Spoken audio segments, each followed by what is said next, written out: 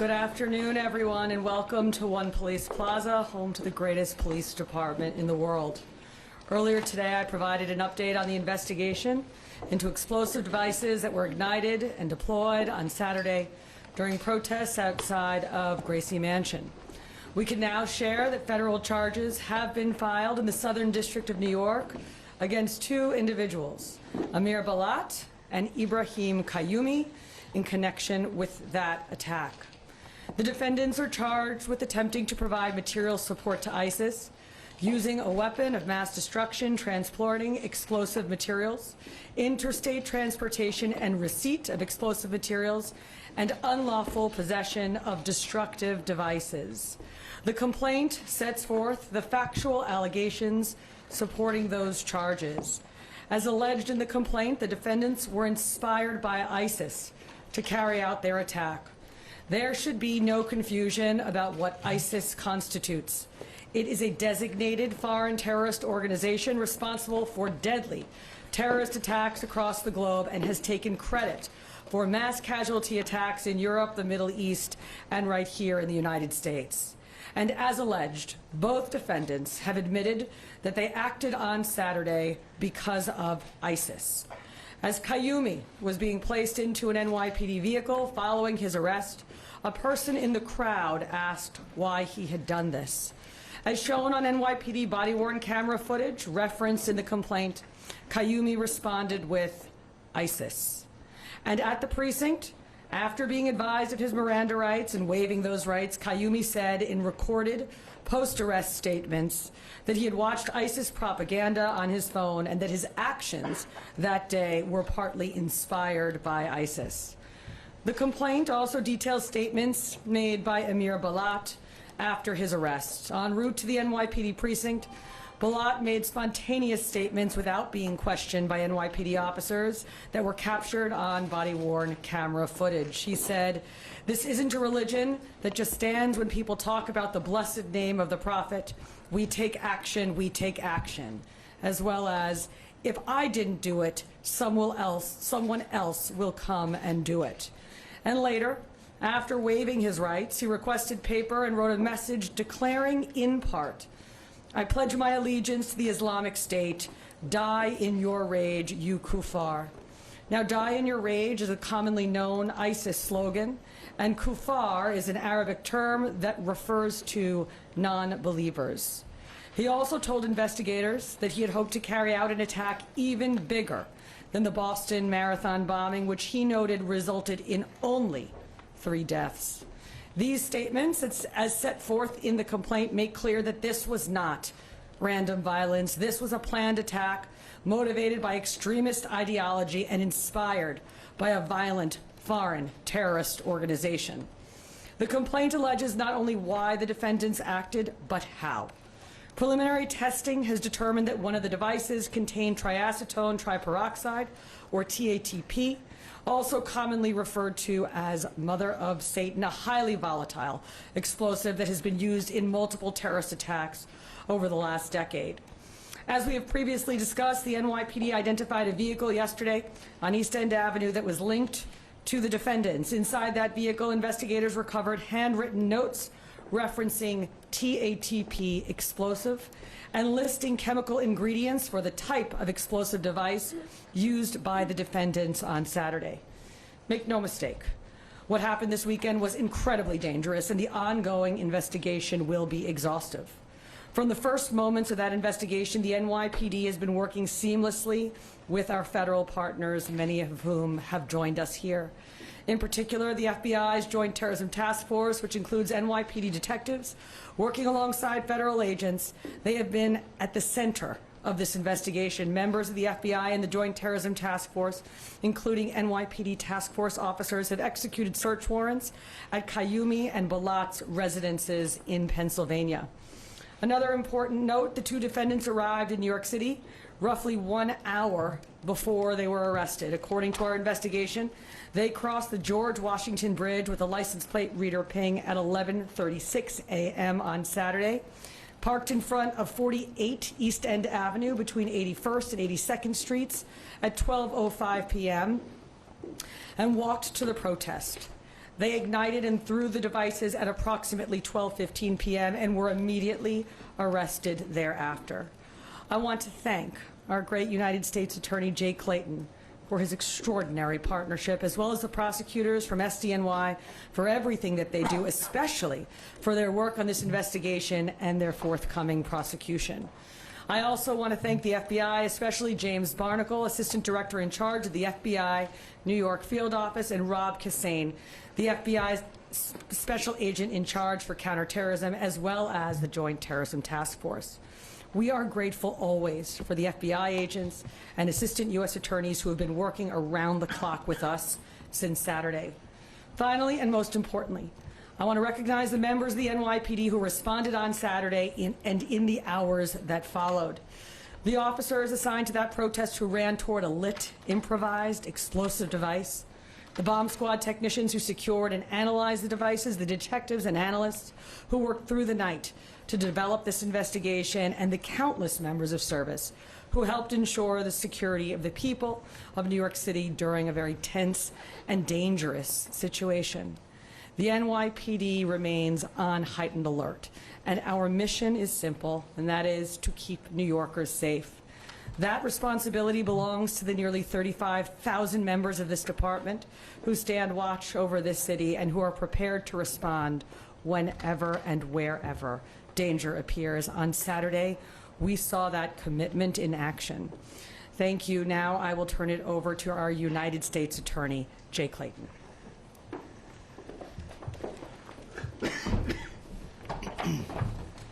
Thank you, Commissioner Tisch. I'm very proud to be here today with Commissioner Tisch and Director Barnacle representing this joint effort to keep our city safe. And I'm going to pick up where the Commissioner left off. I watched the video of New York Police Department officers running to the danger, knowing that these might be explosive devices, knowing that they might explode. That is the kind of commitment that makes this city great. Thank you. Thank all your officers. It's tremendous. It makes me so proud as a New Yorker. As Commissioner Tisch noted, we charged 2 individuals today, Balat and Qayumi. They are charged federally with 5 counts. Attempted provision of material support and resources to a designated foreign terrorist organization. Use of a weapon of mass destruction, transportation of explosive materials, interstate transportation and receipt of explosives, and unlawful possession of destructive devices. The facts alleged in the complaint are just that, allegations. In our great system of justice, they must be proven, and the defendants have the presumption of innocence. Commissioner Tisch did an exceptional job outlining the facts alleged in the complaint. These were ISIS-inspired actions. And it is chilling that they wanted to do something more than the Boston Marathon, more than 3 deaths. Free speech and peaceable assembly are the bedrock of American democracy. But violence is not protected. And it's not protected protest. It's not protected speech. In New York, violence, particularly violence that has a terrorist bent, violence that is meant to chill free speech, violence that is meant to keep us from assembling peaceably, will be met with swift justice. This investigation remains ongoing, and we encourage anyone with further information to contact the FBI at 1-800-CALL-FBI, C-A-L-L-FBI. In closing, I want to express my deep gratitude for, again, the NYPD and all of those folks in my office who immediately answered the call and worked around the clock. In particular, the heads of our National Security and International Narcotics Unit, Eleanor Tarlow and Jason Richmond, and our line U.S. attorneys, who I don't think have slept, which is why we are here so quickly, Jonathan Bodonsky and Jane Chung. Thank you all very much. I'll now turn it over to Director Barnacle.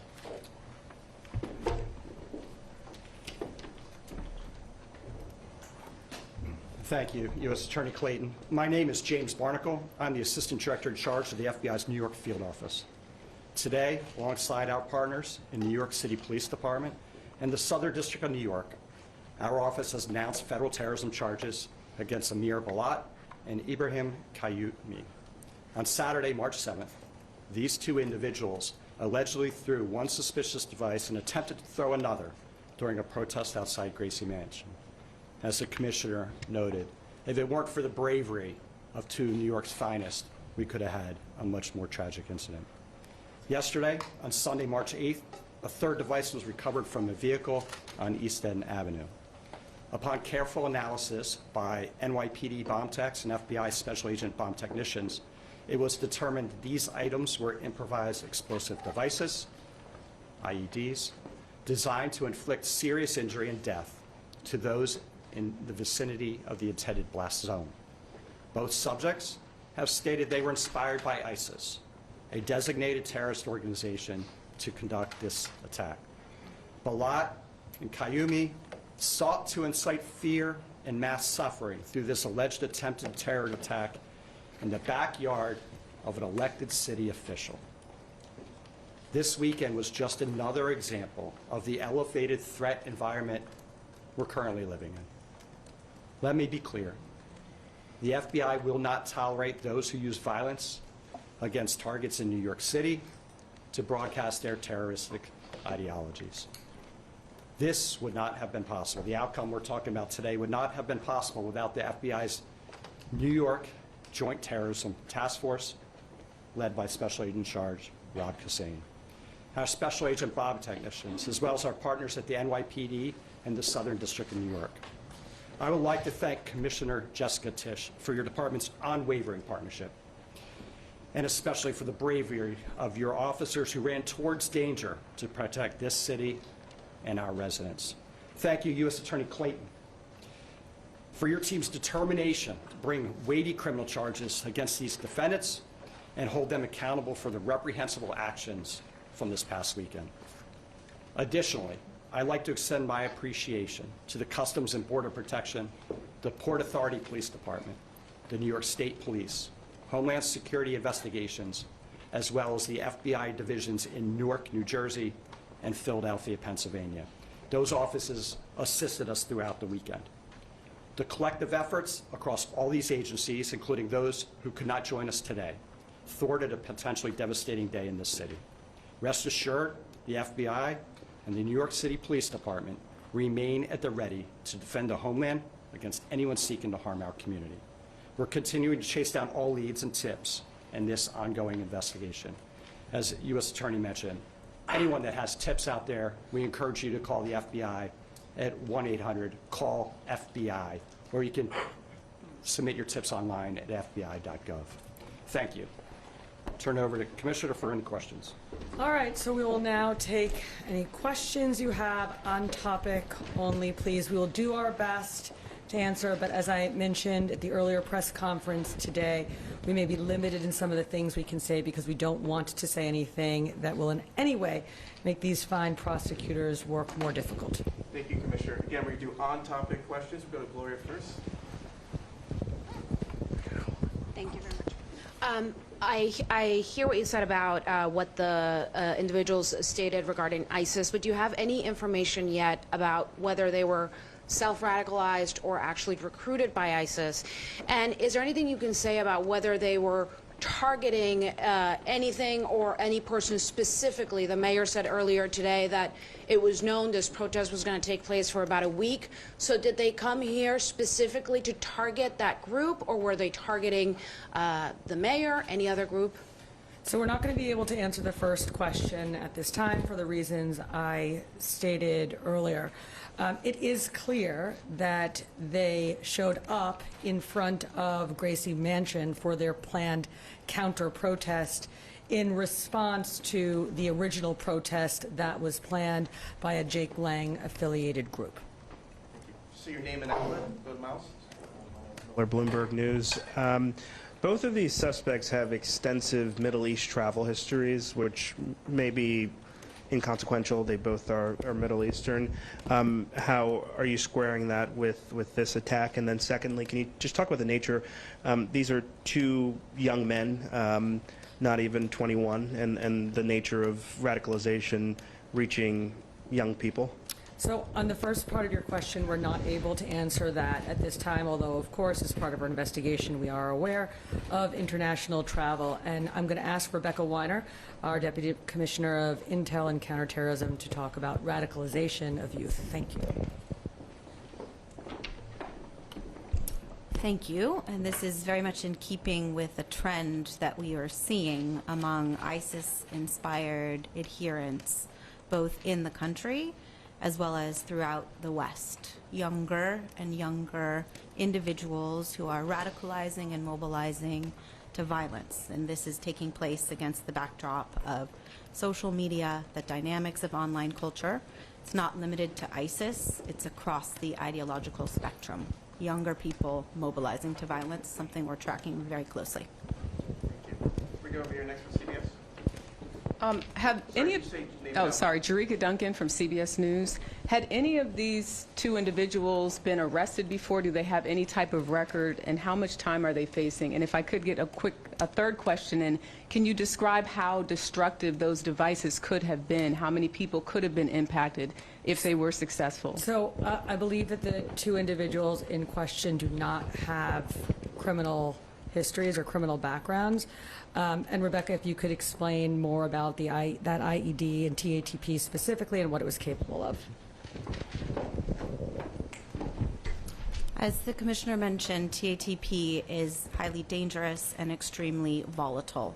And the NYPD and FBI bomb squads and bomb technicians did do controlled detonations of the two IEDs from the protest, which revealed a significant explosion. It's really important to note that had these IEDs functioned the way the perpetrators allegedly wanted them to, they could have caused death, destruction, extremely dangerous compound, an extremely dangerous place deployed. Rocco. For Commissioner Tisch, and I think also for Commissioner Weiner, what was the assessment of this event in the days leading up to it in terms of your concerns, A and B? What role did SRG play? Were they there in a primary capacity or in a backup capacity? So we had been planning for this protest for several days. Whenever there is both a protest and a counter-protest, that's something that the NYPD plans for very deliberately to avoid confrontations and for all of the other reasons you might expect. So this was no different, and there had been very thoughtful preparation for this event due to the combined protest, counter-protest, and the location. And I can just answer the question about SRG. SRG was in the area of the protest. They were there on in a backup capacity. We often have SRG around in an area if we think that it has a potential to get heated, so they were there. They were brought in after mayhem, as soon as mayhem ensued. How do you make that assessment? We got to keep moving, Rocco. Apologies. Well, just a quick follow-up. Just how do you make that assessment? Our commanders on the ground will make the assessment about when to call in SRG. But certainly with this protest, we did have SRG on standby and prepared because we thought it had the ability to get interesting, given who was there. Thank you. Marino, sorry. You got it. Commissioner, Name and outlet, please. Joe Marino, New York Post. Commissioner, are you looking at changing your posture towards policing protests, given the fact these two individuals were not known to you? And is it causing you to reassess like additional resources you may need from an intelligence or patrol standpoint? So as you know, the NYPD remains on heightened alert. We really have been on heightened alert since the hostilities in Iran broke out about 1 week ago, which means extra counterterrorism deployments, heavy weapons teams, drones, aviation. This department, in particular, our intelligence and counterterrorism unit and teams have been out there in full force for the past week, as they are anytime something happens either in the city or around the world that we feel we need to deploy for.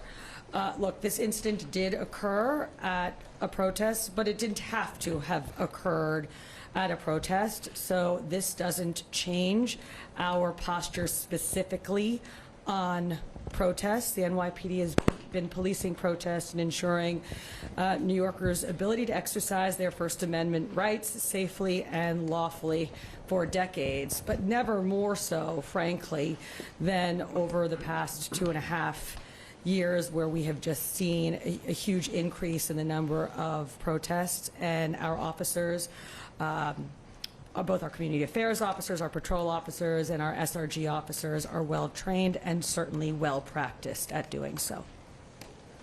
ABC. Thanks, Brett. Hey, Commissioner, thank you. Given the threat picture that you've been outlining, how worrying is it that a couple of guys from Bucks County can just drive into Manhattan with potentially viable devices? Is it alarming, and is there anything you can do to stop it? Thank you. So when we talk about heightened threat environment and when we talk about lone actor threat, this is another incredibly sobering reminder. We had one just a week ago in Austin, Texas. And that's the reason that we surge our personnel, as the Commissioner just mentioned, we've been doing since the onset of the war overseas in Iran for the last 10 days, to harden targets. Of course, some individuals will mobilize to violence without tripping the wires that we extensively set. And in that point, then it is the bravery of our officers who contend with a threat as it's unfolding on our streets, and in this case, incredibly bravely. I would just add there's a few pieces to this, right? There is our intelligence and counterterrorism operation, and I have to say there is no other city in the world that has an intelligence and counterterrorism capacity quite like the NYPD's.